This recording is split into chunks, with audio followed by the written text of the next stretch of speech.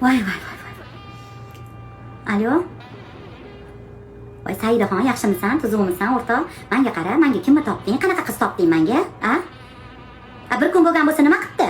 Kecha tushgan kelin. Mana ertalab, o'zing o'yla. Ertalab choyga o'tiribman. Ovqatni pichoni qo'limga beryapti. Pichoni qo'liga berib bo'lmaydi-ku. O'zing ham bilasan-ku, to'g'rimi?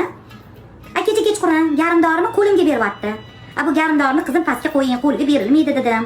Bunga nima deysan? O'zi uyiga borganda patahada, esingdami? Ichkariga kirganda shunda supurgisini onasi turg'izib qo'ygan ekan burchagiga. O'shanda ko'nglim g'ash bo'ldi-yu, senga bundoq qaraganim eslolmaysan hozir. Shu chiqdim o'tdan asabiy bo'lib chiqsam, shunda mashinaga o'tirishimni bilaman. Qorimish oldimdan o'tib ketdi-yu. Uyga kelib tog'oralarni sanasam 7 ta tog'orada. Bu azaga jo'natadi-ku, tog'oralarni. Menga jup 8 ta qilib, 10 ta qilib jo'natmaydimi? Mana shunaqa.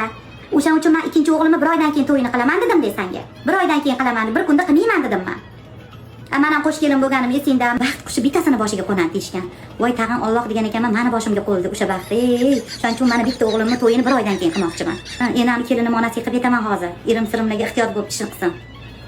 Bo'pti mayli, xo'p. Kulma.